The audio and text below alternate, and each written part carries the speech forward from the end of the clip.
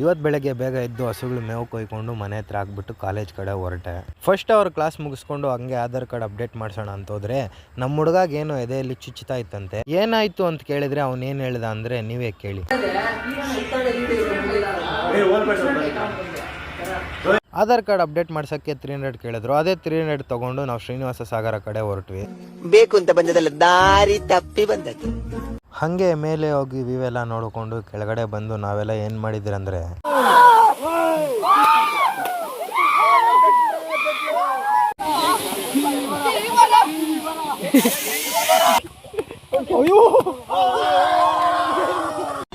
ಇದನ್ನೆಲ್ಲ ಕಣ್ಣಿಂದ ನೋಡಿ ಕಂಗಾಲ ಆಗ್ಬಿಟ್ಟಿದೀನಿ.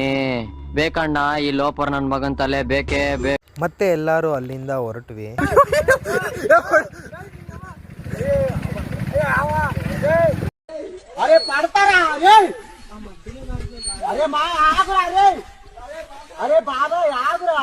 ಹಂಗೆ ಹೋಟೆಲಲ್ಲಿ ಊಟ ತಗೊಂಡು ಎಲ್ಲಾರು ಊಟ ಮಾಡ್ಕೊಂಡು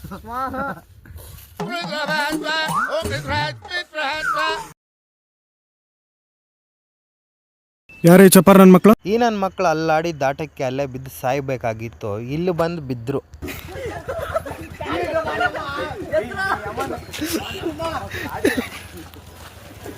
ಸೊ ಹಂಗೆ ಮನೆ ಕಡೆ ಹೊರಡುವಾಗ ಇದೇನು ಹೆಂಗಾಡ್ತಾ ಇದ್ದ ಅಂದ್ರೆ